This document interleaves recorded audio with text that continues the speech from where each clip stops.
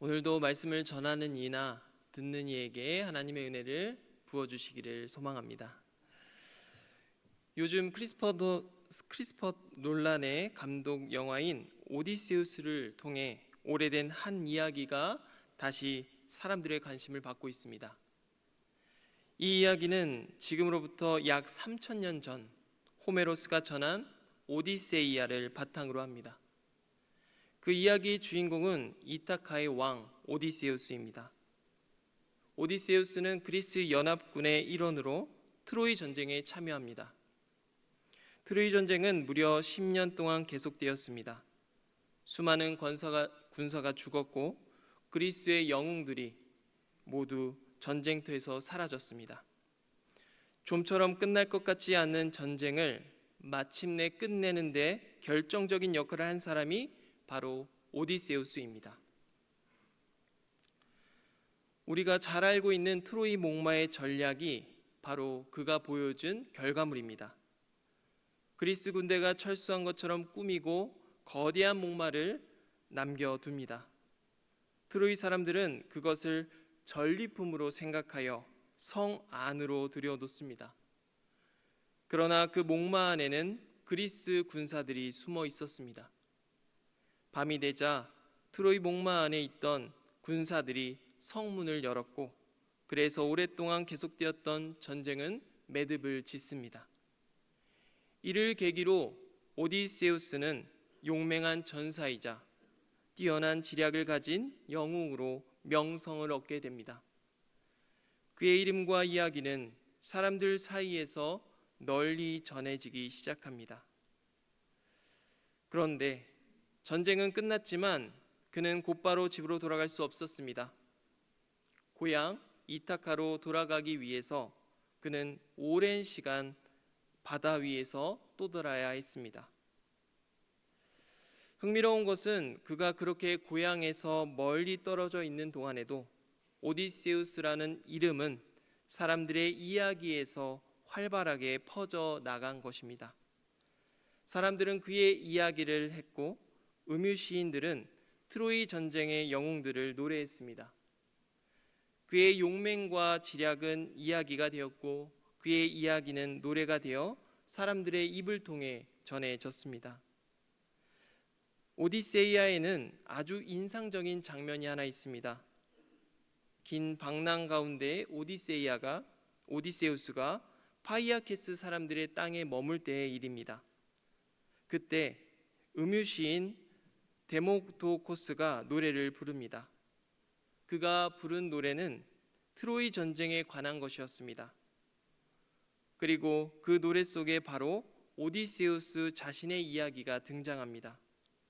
오디세우스는 아무 말도 하지 않은 채 앉아서 다른 사람의 입을 통해 전해지는 자신의 이야기를 듣습니다. 그리고 호메로스는 그 노래를 들은 오디세우스가 얼굴을 가리고 눈물을 흘렸다고 전합니다. 이 장면이 참 흥미롭습니다. 한 사람은 자신의 삶을 살아갑니다. 그리고 동시에 사람들의 기억과 이야기 속에서 또 살아갑니다.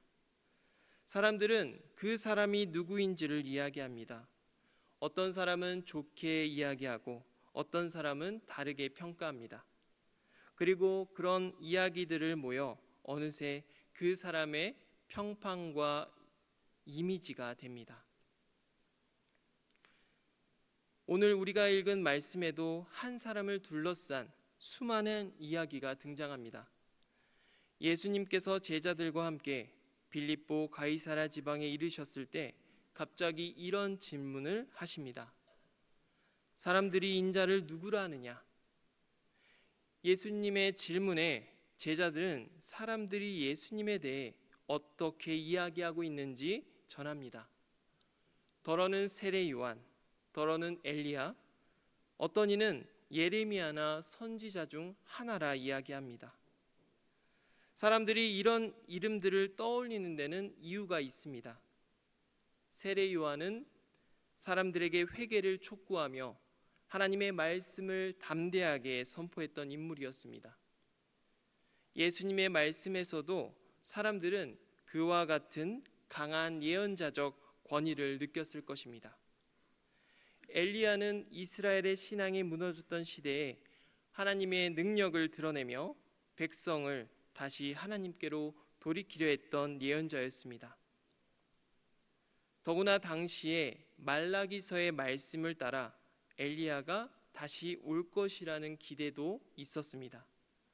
그래서 예수님의 능력 있는 사역을 보며 예레미야를 떠올린 사람들도 있었습니다. 예레미야는 하나님을 떠난 백성을 향해 회개를 선포하고 예루살렘의 현실을 아파하며 하나님의 말씀을 전했던 예언자였습니다. 당시 유대 전승에서도 예레미야는 하나님께서 자기 백성을 다시 오실 때와 관련된 인물로 기억하고 있었습니다. 그러니 사람들은 예수님을 세례 요한이나 엘리야, 예레미야와 같은 인물로 보았다는 것은 예수님을 결코 평범한 인물로 여기지 않았다는 뜻입니다. 사람들은 예수님에게서 하나님의 말씀을 전하는 예언자적 권위와 하나님께서 일하고 계신다는 특별한 증표를 보고 있었습니다. 그런데 문제는 그 모든 대답이 예수님의 간에 말하고 있었지만 정작 예수님이 누구신지를 온전히 알아보지 못했다는 점입니다. 그래서 사람들은 자신들이 이미 알고 있는 인물을 통해 예수님을 이해했습니다. 우리 역시 돌아보면 새로운 사람이나 새로운 일을 만날 때 이미 가지고 있는 경험과 지식을 바탕으로 그것을 이해하려 합니다. 이것은 매우 자연스러운 일입니다. 사람들의 대답도 그런 의미에서 완전히 틀렸다고는 할 수 없습니다. 그들은 예수님에게서 예언자의 모습을 보았습니다. 하나님의 말씀을 담대하게 전하는 모습을 보았고 사람들을 하나님께로 돌이키는 모습도 보았습니다. 그분을 통해 하나님의 능력이 나타나는 것도 보았습니다. 그러나 그들이 보고 있는 것은 예수님의 모습 가운데 일부였습니다. 그들은 예수님을 자신들이 이미 알고 있던 범주 안에서 이해하려 했습니다. 그러나 그분은 세례 요한도 아니고 엘리야로 다시 나타난 분도 아니며 예레미야와 같은 선지자 중 한 사람도 아니었습니다. 사람들은 예수님에게서 많은 것을 보았지만 아직 그분이 누구신지를 온전히 알아보지 못했습니다. 사람들의 이해는 딱 거기까지였습니다. 이제 예수님께서 질문의 방향을 바꾸십니다. 그러면 너희는 나를 누구라 하느냐? 나와 함께 걸었던 너희는, 내 말을 들었고 내가 행했던 일을 보았던 너희는 나를 누구라 하느냐? 이 질문 앞에서는 다른 사람의 대답을 빌릴 수 없습니다. 누군가의 메시지를 반복하는 것도 안 됩니다. 부모에게서 배운 신앙을 그대로 말하는 것도 안 됩니다. 사람들이 예수님을 어떻게 평가하는지를 말하는 것도 아닙니다. 예수님은 묻습니다. 너희는 나를 누구라 하느냐? 이 질문은 결국 우리에게도 다가옵니다. 우리도 예수님에 관한 많은 이야기를 할 수 있고 알고 있습니다. 흔히 예수님을 사랑이시다, 우리에게 위로를 주는 분이시다, 우리의 삶을 도와주는 분이다, 이 모든 말이 잘못된 것은 아닙니다. 그러나 이것만으로 예수님이 누구신지를 충분히 말할 수 있을까요? 혹시 우리는 예수님을 내가 필요로 하고 기대하는 모습으로만 이해하고 있지는 않을까요? 위로자의 예수님을 찾고 해결자의 예수님을 찾고 때로는 내가 원하는 방향의 지지자의 예수님만 찾는 우리는 그렇게 예수님을 이해하고 있지는 않는가요? 그러나 예수님께서 묻고 계신 것은 너희가 나에게 무엇을 기대하느냐가 아닙니다. 너희는 나를 누구라 하느냐? 우리의 필요가 예수님의 정체성을 결정하는 것이 아닙니다. 사람들의 평판으로 예수님의 모습을 만들어내는 것도 아닙니다. 그렇다면 우리는 어떻게 예수님이 누구신지를 알 수 있을까요? 바로 그 질문 앞에 베드로가 입을 엽니다. 주는 그리스도시요 살아계신 하나님의 아들이시니이다. 베드로의 대답은 사람들의 평가보다 조금 더 나아간 정도가 아닙니다. 다른 차원의 고백이었습니다. 사람들은 예수님을 자신들이 알고 있던 위대한 인물 가운데 한 사람으로 설명했습니다. 그러나 베드로는 예수님을 다른 누구와도 비교할 수 없다고 고백합니다. 주는 그리스도시요 살아계신 하나님의 아들이시니이다. 먼저 베드로는 주는 그리스도십니다라고 하는 것은 그리스도는 하나님의 기름 부음 받은 자, 곧 하나님께서 자기 백성을 구원하기 위해 보내신 구원자라는 뜻입니다. 그러므로 이 고백은 예수님을 많은 하나님의 사람 가운데 한 분으로 인정하는 정도가 아닙니다. 주님이 바로 하나님께서 약속하시고 보내신 구원자이십니다 라고 고백하는 것입니다. 그리고 이어서 말합니다. 살아계신 하나님의 아들이십니다. 예수님은 단지 하나님에 관하여 말씀하는 사람이 아닙니다. 하나님께서 어떤 분이신지를 우리 가운데 드러내시는 분이십니다. 예언자들은 하나님의 말씀을 받아 사람들에게 전했습니다. 그러나 요한복음은 그리스도를 그보다 더 깊은 차원에서 증언합니다. 하나님의 말씀이 육신이 되어 우리 가운데 오신 분이라고 증언합니다. 그러므로 예수님을 안다는 것은 뛰어난 스승이나 위대한 예언자 한 사람을 인정하는 것으로 끝나지 않습니다. 예수님을 안다는 것은 예수님을 통해 하나님께서 자신을 우리에게 드러내고 계심을 알아보는 것입니다. 그렇다면 베드로는 어떻게 이 사실을 알게 되었을까요? 예수님께서는 그 답을 직접 말씀하십니다. 바요나 시몬아 내가 복이 있도다. 이를 내게 알게 하신 이는 혈육이 아니요 하늘에 계신 내 아버지시니라. 예수님께서는 베드로에게 내가 나와 오래 지내더니 마침내 알아냈구나 라고 말씀하지 않으셨습니다. 베드로의 판단력이나 통찰력을 칭찬하지도 않으셨습니다. 오히려 예수님께서 그 고백이 어디서부터 비롯되었는지 말씀하십니다. 하늘에 계신 내 아버지께서 이것을 내게 알게 하셨다. 여기에서 우리말로 알게 하셨다고 번역된 말의 헬라어는 아포칼립토입니다. 이 말은 어떤 정보를 알려준다는 뜻을 넘어서 감추어져 있던 것을 드러내다, 그리고 열어 보이다, 계시하다라는 뜻을 가지고 있습니다. 그러므로 예수님의 말씀은 이렇게 이해할 수 있습니다. 베드로야, 내가 스스로 이것을 알아낸 것이 아니다. 하늘에 계신 내 아버지께서 내가 누구인지를 내게 드러내신 것이다. 베드로의 고백은 인간적인 판단의 결과만으로 여길 수 없습니다.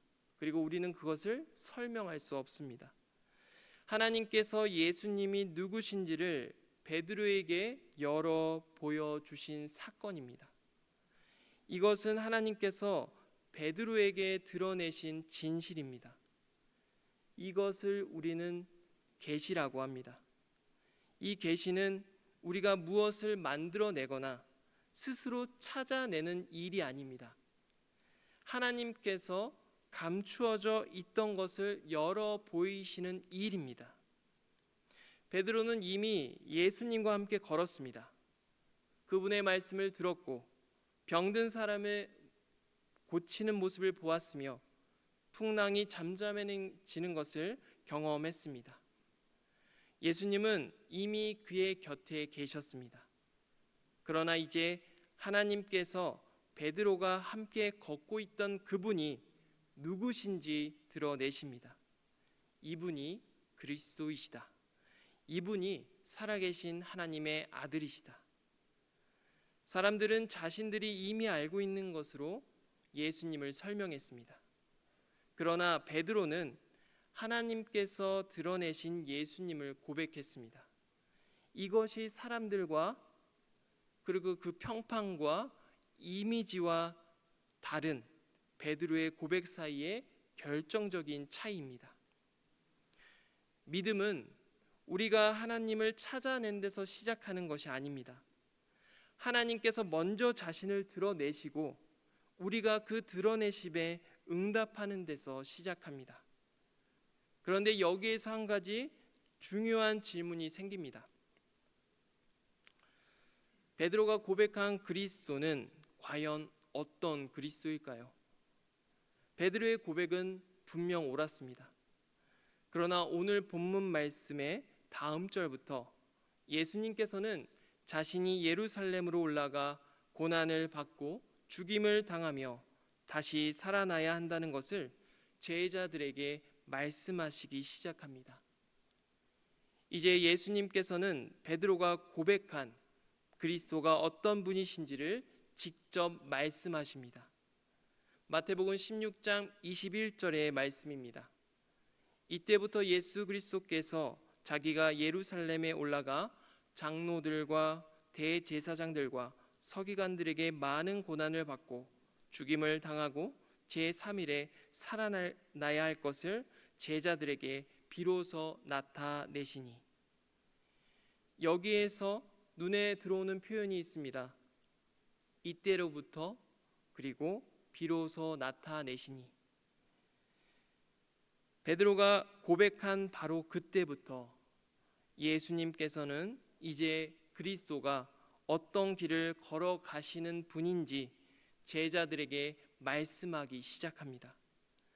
예루살렘에 올라가고 고난을 받고 죽임을 당하고 다시 살아나는 길을 이야기합니다. 그러자 베드로가 예수님을 붙들고 항변합니다. 주여, 그리 마옵소서. 이 일이 결코 주께 미치지 아니하리이다. 참 놀라운 전개입니다. 방금 전까지 보여줬던 고백과는 전혀 다른 모습의 베드로가 우리 앞에 나타납니다. 조금 전 베드로는 분명히 고백했습니다. 그런데 예수님께서 그리스도가 걸어가실 길을 말씀하시자 베드로가 그것을 받아들이지 못합니다. 베드로는 예수님이 그리스도라는 사실을 알게 되었지만 그리스도가 어떤 분이며 어떤 길을 걸어가시는지는 여전히 자신의 생각 안에서 이해하고 있었습니다. 베드로가 기대했던 그리스도에게 고난과 죽음은 어울리지 않았습니다. 베드로에게는 승리하는 그리스도, 능력을 나타내시는 그리스도를 받아들일 수 있었지만 고난받고 자신의 생명을 내어주시는 그리스도는 받아들일 수 없었습니다. 그래서 예수님께서는 베드로에게 말씀하셨습니다. 내가 하나님의 일을 생각하지 아니하고 도리어 사람의 일을 생각하는구나. 이 장면은 계시의 의미를 한층 더 깊게 보여줍니다. 계시는 내가 이미 생각하고 있던 예수님의 모습을 하나님께 확인받는 일이 아닙니다. 하나님께서 드러내신 그리스도 앞에서 내 생각과 내 기준을 전환시키는 일입니다. 내가 원하는 모습으로 그리스도를 이해하는 것이 아니라 하나님께서 드러내시는 그리스도를 받아들이는 것입니다. 베드로가 고백한 그리스도가 어떤 분인지는 십자가와 부활을 통해 더욱 분명하게 드러납니다. 십자가는 예수님의 생애 마지막에 우연히 덧붙여진 비극적인 사건이 아닙니다. 그곳에서 우리는 그리스도가 어떤 분이신지를 더욱 확실하게 봅니다. 자신의 생명을 내어주시는 분, 끝까지 사랑하시는 분, 죽음을 통과하여 생명을 이루시는 분, 그리고 십자가에 달리시고 높임을 받으신 그리스도를 통해 우리는 하나님께서 어떤 분이신지를 보게 됩니다. 그러므로 베드로가 받은 하나님께서 드러내신 그 계시는 한순간의 정답으로 끝날 수 없었습니다. 그는 자신이 고백했던 그 한 문장의 의미를 계속 배워가야 했습니다.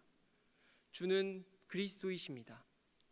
그리스도가 어떤 분이신지 알아가고 그분을 통해 하나님을 바라보며 마침내 그리스도 앞에서 자기 자신이 누구인지도 새롭게 바라보게 됩니다. 베드로가 예수님을 향하여 고백한 뒤 예수님께서 베드로를 향해 말씀하십니다. 너는 베드로라. 내가 이 반석 위에 내 교회를 세우리니. 저는 오늘 이 본문에서 이 말씀의 순서가 굉장히 중요하다고 생각합니다. 먼저 베드로가 예수님이 누구신지를 고백합니다. 그러자 이번에는 예수님께서 베드로가 누구인지 말씀하십니다. 너는 베드로라. 그리스도가 누구신가를 드러내고 그분 앞에서 베드로가 누구이며 어떤 삶으로 부름받았는지가 드러나기 시작합니다. 물론 이 자리에서 처음 시몬에게 베드로라는 이름이 주어진 것은 아니었습니다. 마태복음은 이미 그를 베드로라 하는 시몬이라고 소개했습니다. 그러나 여기에서 예수님께서는 그의 이름을 다시 부르시며 그가 그리스도의 공동체 안에서 감당하게 될 역할과 연결시킵니다. 너는 베드로라. 그리고 이어서 말씀하십니다. 내가 이 반석 위에 내 교회를 세우리라. 내가 천국의 열쇠를 내게 주리라. 교회를 세우시는 분은 그리스도이십니다. 그러나 그리스도께서는 베드로의 고백을 그의 삶과 사명의 자리로 이어가십니다. 베드로는 예수님이 누구신지를 알게 된 사람으로만 머물 수 없었습니다. 그 고백은 그의 삶과 무관할 수 없었습니다. 그리스도가 누구신지를 알게 되자 이제 베드로는 그리스도와 관계없이 자기 자신을 이해할 수 없는 사람이 됩니다. 저는 이것이 그리스도를 통해 우리에게 드러난 중요한 사실이라고 생각합니다. 우리는 그리스도가 누구신지 알게 될 때 그리스도만 새롭게 보는 것이 아닙니다. 그분을 통해 나 자신도 새롭게 바라보게 됩니다. 내가 누구인지, 무엇을 위해 살아가는지, 내 삶이 어디로 향하고 있는지를 그리스도와의 관계 안에서 다시 묻게 됩니다. 우리는 흔히 나는 누구인가? 라는 질문을 답을 자기 자신 안에서 찾으려고 합니다. 내가 무엇을 이루었는지, 어떤 능력을 가지고 있으며 사람들이 나를 어떻게 평가하는지, 지금까지 어떤 삶을 살아왔는지를 통해 나 자신을 증명하려 합니다. 그러나 오늘 본문은 그 순서를 바꾸어 놓습니다. 먼저 주는 그리스도이십니다. 그리고 그 다음에 너는 베드로라. 먼저 그리스도가 누구신지가 드러나고 그분 앞에서 내가 누구인지가 새롭게 바라보게 됩니다. 그러므로 그리스도인의 정체성은 자기 자신 안에서 만들어지는 것이 아닙니다. 그리스도가 누구신지를 통해 내가 누구인지를 알아가는 것입니다. 그리고 이것은 단순히 새로운 정체성을 말로 선언하는 데서 끝나지 않습니다. 그리스도를 알게 된 사람에게는 살아가는 방향과 감당해야 할 삶이 주어집니다. 그리스도를 통해 드러난 진실은 우리의 생각만 바꾸는 것이 아니라 우리의 삶의 기준과 방향까지 전환시킵니다. 베드로는 더 이상 갈릴리 어부라는 과거만으로 자신을 설명할 수 없는 사람이 되었습니다. 예수를 그리스도라 고백하는 사람, 그리스도의 공동체를 섬기는 사람, 하나님의 나라를 위해 살아가는 사람으로 부름 받았습니다.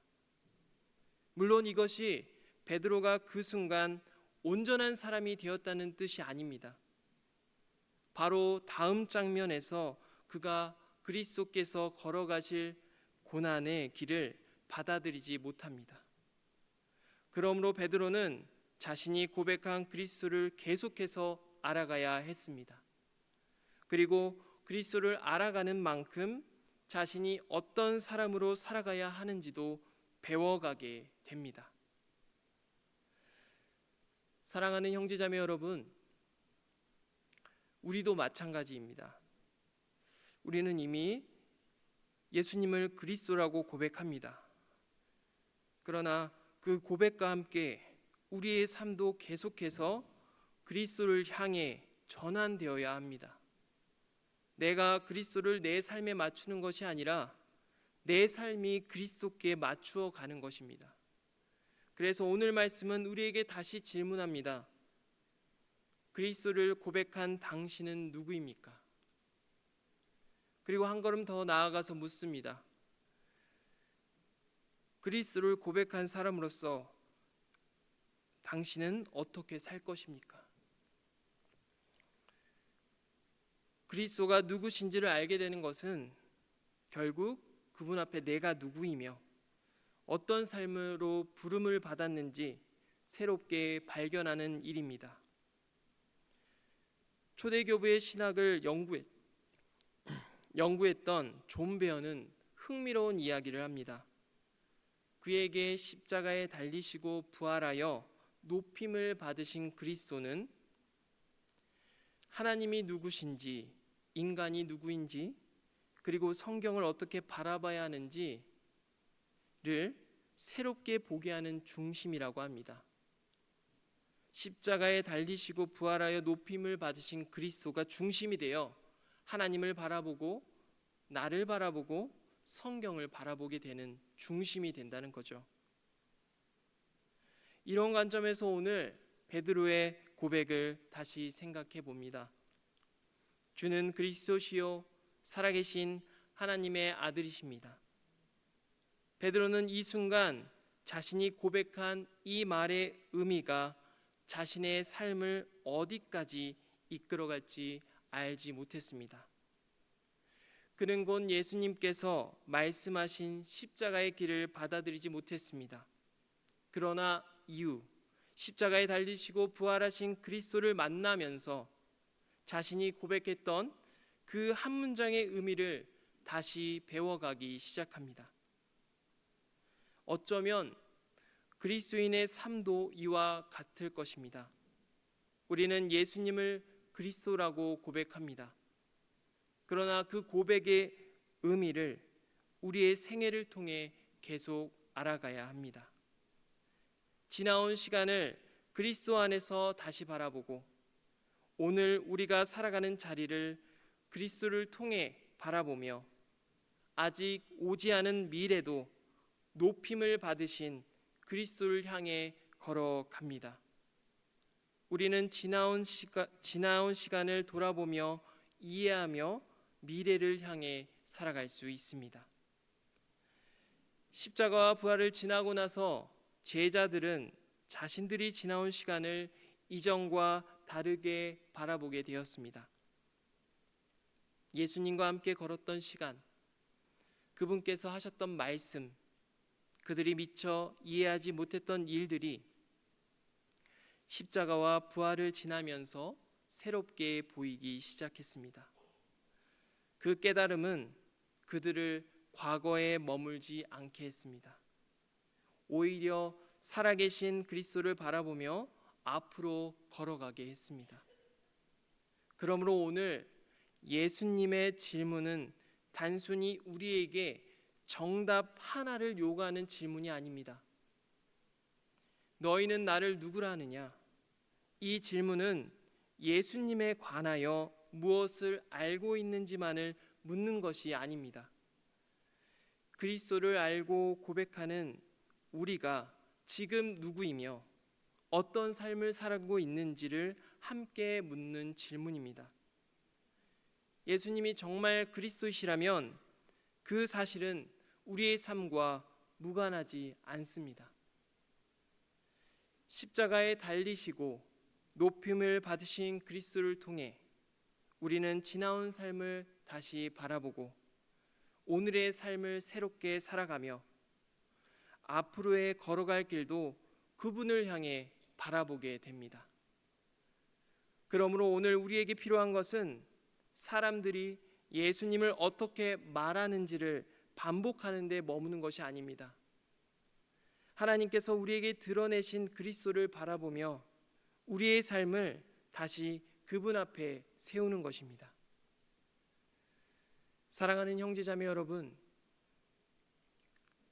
우리도 이 질문 앞에서 베드로와 함께 고백하기를 바랍니다. 주는 그리스도시요 살아계신 하나님의 아들이십니다. 그리고 우리가 고백한 그리스도를 우리의 생애를 통해 더욱 깊이 알아가기를 바랍니다. 그분을 알아갈수록 우리의 생각과 삶이 새로워지고 우리가 걸어가는 길도 더욱 그리스도를 향하게 되기를 축복하며 소망합니다. 오늘 주신 말씀을 기억하며 침묵으로 묵상하겠습니다.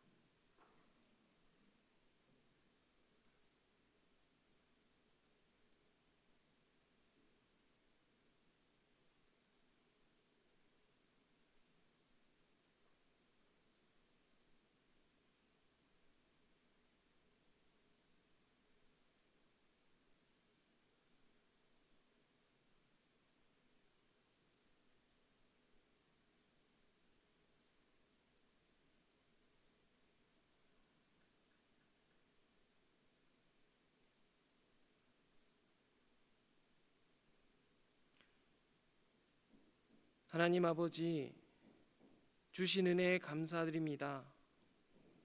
우리를 위하여 그리스도가 누구신지를 드러내시고 그분 안에서 하나님을 바라보게 하시니 감사드립니다. 우리의 생각과 기대에 예수님을 맞추지 않게 하시고 우리를 위해 십자가에 달리시고 부활하신 그리스도를 있는 그대로 믿고 고백하게 하옵소서. 날마다 그리스도를 향하게 하옵소서. 지나온 시간과 오늘의 삶과 앞으로 걸어갈 길을 주님 안에서 바라보며 살아가게 하옵소서. 감사드리며 예수 그리스도의 이름으로 기도드립니다.